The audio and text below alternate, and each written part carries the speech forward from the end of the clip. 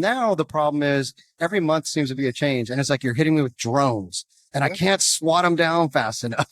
This is Outside the Box with Asendia USA, a podcast educating US-based brands, marketplaces, and e-tailers on international shipping topics and how they can expand their global e-commerce footprint. Back to another episode of Outside the Box with Asendia USA podcast, where we continue the conversation where we left off last week. We have about a 97% client retention rate, and I think we just see why though. I can hear it differently. Just hearing, you talk about it, I can completely understand why. I mean, you're setting expectations, kind of creating standards almost, and we're either meeting those or we're not. And then at that point, decisions have to be made, right? So which is fair. That's business. Yeah. It's also give you the opportunity. What can you do to fix it? But also, the numbers are the numbers. And if there's something wrong with that, like we try to get together, because obviously if one of our shippers is experiencing something, maybe another one. So we try to work with the carriers as much as possible. Hey, let's make sure it's not going across all the customer base, right? So it's in terms of those carriers, kind of the opposite of the first question is, what are companies that get it right? What are they doing well? What are they doing better than the others that kind of set them apart? The carrier or the shipper? The carriers. So number one, data is important. And if you think about the data, which would also translate into what does that invoice look like? A lot of the carriers, it is what it is, right? You got fuel changes, accessorial changes. I think many shippers are quite frustrated that it used to, back in the day, right? I actually had somebody out of the Bay Area tell me it used to be you'd get this one service guide every year and then it would change, but they would kind of hit you with this missile, right? It was literally like, coming in, here's your rate increase, here's whatever changes. He said once a year. Now the problem is every month seems to be a change, and it's like you're hitting me with drones and I can't swat them down fast enough. That's a really good analogy. Think about peak coming up. Absolutely. Surges and different things like that. I mean, it's just taking package costs and, per piece going up minimum 30 plus cents per piece for some of these guys. Well, and sometimes I think some of these surcharges, the carriers need to be very careful, because if they're also not accurate, if they tell you, hey, this is what this new fee or charge is going to be, and they run some quick analysis, boy, we can look back a full year, get down to the penny and say, well, this is exactly what you would have paid, right? And if the carrier is not being fully transparent in that, and they're using, the shipper uses somebody like us, hey, we're going to catch them. And again, I'm not here to bash any carriers, but when you're asking who's best in class, the ones who are best in class are actually trying to say, look, let's share with you the full impact of what this new change is going to be. That's the type of carrier that most shippers want to work with. And they understand it. It's a business, right? And gosh, as a shipper, you want to make sure that your carriers are healthy. They should make a fair margin at the business. Why not? Okay, well, how many carriers have gone out of business in the last 3 years alone, right? So if you're a shipper, you want to make sure that your carrier can sustain itself and cover costs. Heck yeah. Absolutely. Yeah. Absolutely. Yeah. That's good stuff. Good content here, Mike. I love much appreciated. Yeah, hey, good stuff.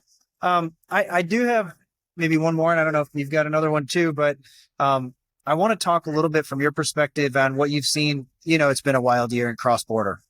Yeah. Yeah. The geopolitical state right now is pretty wild.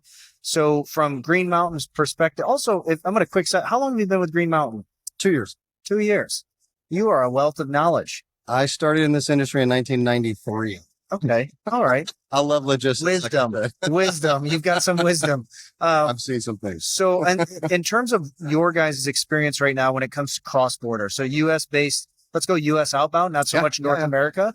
Are there, I hate to even have you boil it down, but just for the sake of viewers, listeners, but maybe 3 things or trends that you've noticed on the cross-border side that you could talk to? Yeah, absolutely.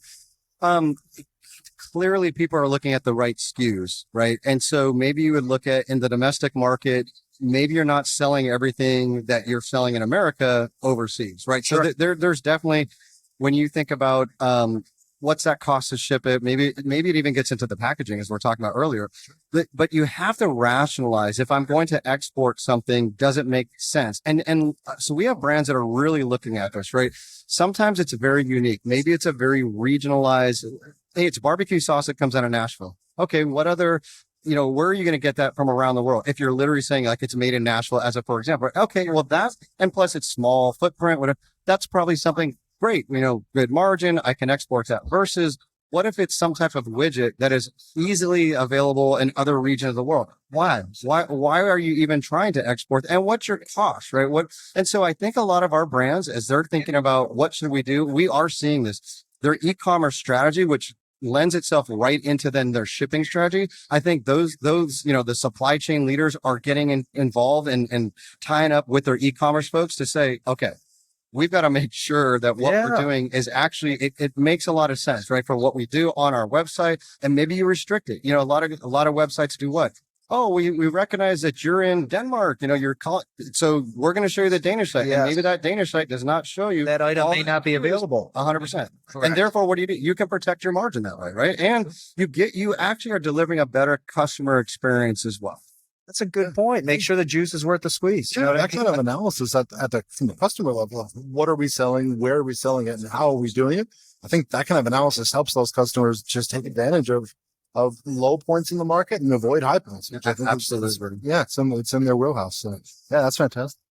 All right, Mike, we've taken up about 20 minutes of your time, and we want to thank you for being on Outside the Box with Asendia USA podcast. Thank you so much for your closing thoughts or anything before signing off? Look, I appreciate it. And I know, Asendia, you guys are doing a really good job with a lot of our customers. So keep up that good work. We look forward to keep working with you as well to make sure that our customers and their customers as well have a great experience. Thank you so much. Yeah. Thanks so much. Share, subscribe, and download our podcast. To learn more about today's topic or for a free consultation, email us at ecommerce.usa@asendia.com. Come back for more insightful discussions on e-commerce shipping to Canada, Mexico, and worldwide.